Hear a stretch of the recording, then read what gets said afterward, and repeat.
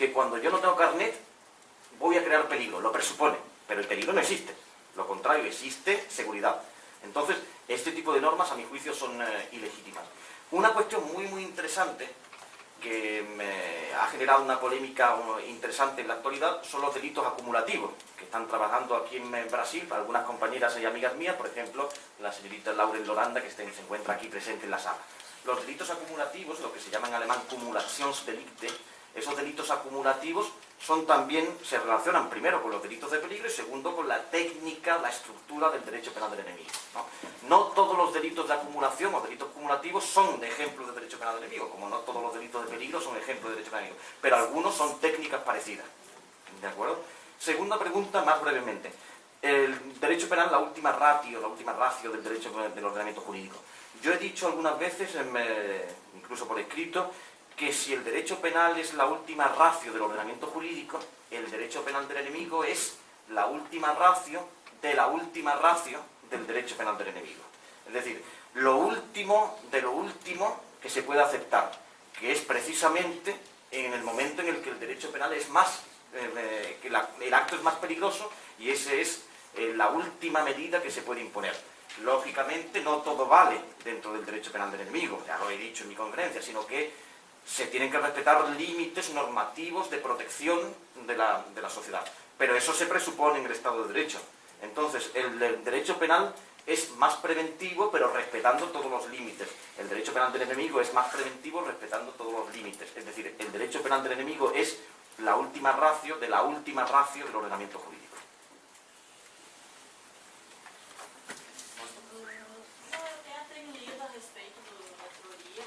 Inclusive porque é meu trabalho de conclusão da graduação, né? Então é muito oportuna essa palestra. O que eu gostaria de saber é que, pelo que eu tenho lido, a teoria se divide em direito penal do cidadão e direito penal do inimigo.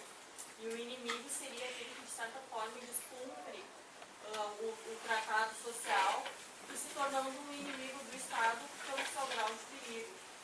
E ele não teria uma capacidade cognitiva de entender as normas jurídicas. Como é que se faria essa diferença entre o cidadão e o inimigo? Que elementos, que critérios que seriam utilizados para verificar esa incapacidad cognitiva del inimigo? Bien, me parece que he entendido en la primera parte de su intervención que usted ha trabajado este tema. Me gustaría, si fuera posible, también conocer su opinión por escrito, su trabajo. Si me pudiera facilitar una copia, con mucho gusto lo leería en esta carrera. Bien, en segundo lugar, la cuestión terminológica ciudadano versus enemigo es extraordinariamente interesante. Yo me he referido poco en mi conferencia, brevemente de pasada, pero la verdad es que es una cuestión central, una cuestión fundamental. El concepto de ciudadano es como el concepto de enemigo, o al revés, el concepto de enemigo es como el concepto de ciudadano, un concepto normativo. Son dos conceptos normativos. ¿Qué significa eso? Primero significa que no son dos conceptos ontológicos, no son conceptos ontológicos, sino son conceptos normativos, funcionalistas. El funcionalismo es una corriente normativista, normativizadora, ¿no? Es decir, no son conceptos ontológicos, sino conceptos normativos. Tampoco el concepto de enemigo no es, no es el concepto de enemigo un concepto político, ni es un concepto religioso, ni un concepto digamos, pseudo-religioso, que no alude al contrincante.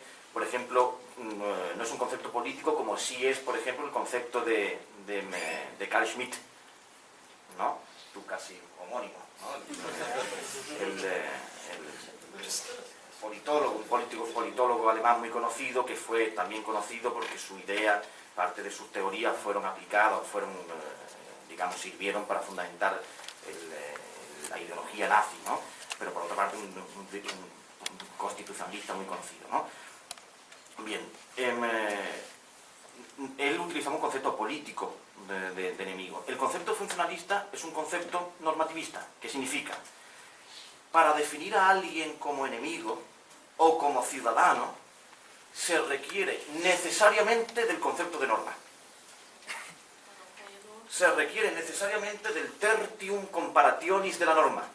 Si no vemos la norma, no podemos saber si alguien es enemigo o ciudadano. Necesitamos una norma para saber si alguien es enemigo o ciudadano. ¿Y la norma qué es? Ya lo he dicho antes. no es algo negativo solo, sino es algo también positivo. La norma es un instrumento de orientación de las conductas de la sociedad. La norma cumple esencialmente dos funciones. Primera función, institucionalizar expectativas. Dentro de cada norma existe una expectativa.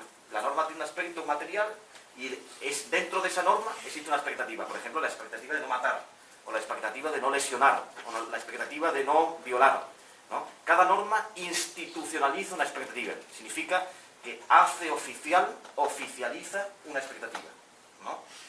De manera que la norma se crea y muestra a los ciudadanos, esta es la norma, ya la pueden ustedes ver, la norma oficial de la sociedad, ¿no? Por eso también la norma es el espejo que refleja la sociedad, porque refleja una expectativa actual de la sociedad, ¿no? Por eso es la norma que es el espejo, como dije antes, ¿no? Y la segunda función de la norma es, además de institucionalizar la expectativa, darle un carácter oficial, una presentación oficial de la expectativa en la sociedad, podríamos decir. Además de eso, la norma desempeña una segunda función, que es orientar las conductas de los ciudadanos.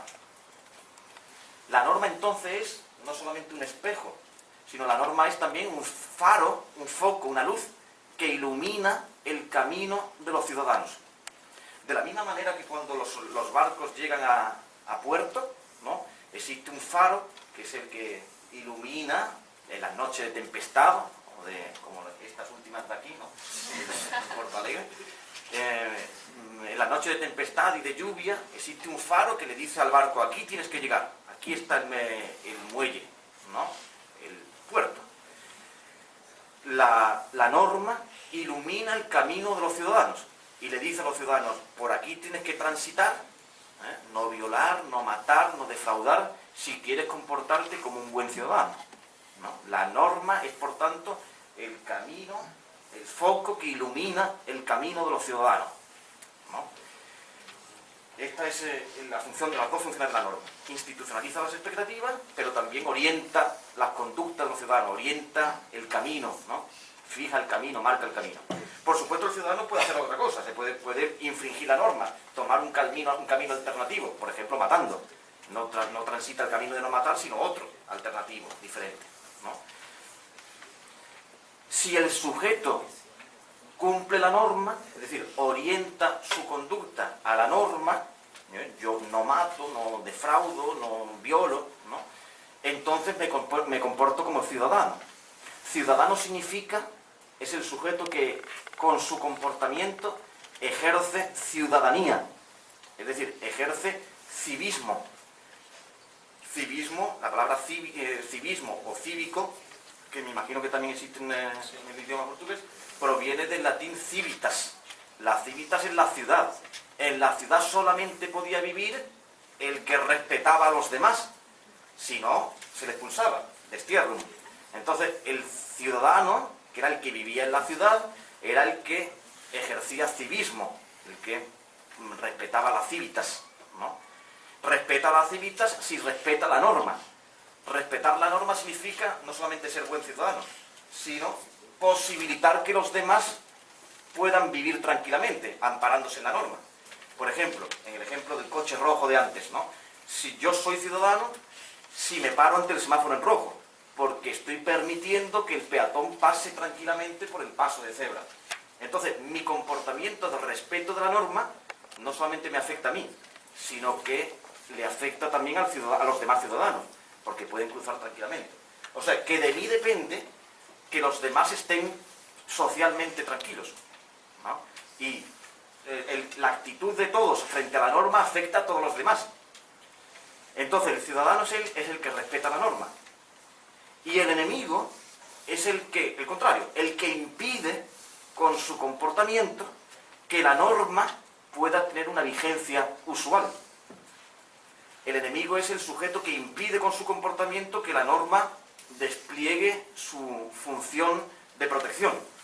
El enemigo es, por tanto, el que impide que los demás sean ciudadanos, que los demás sean personas en derecho, como se dice en alemán, ¿no?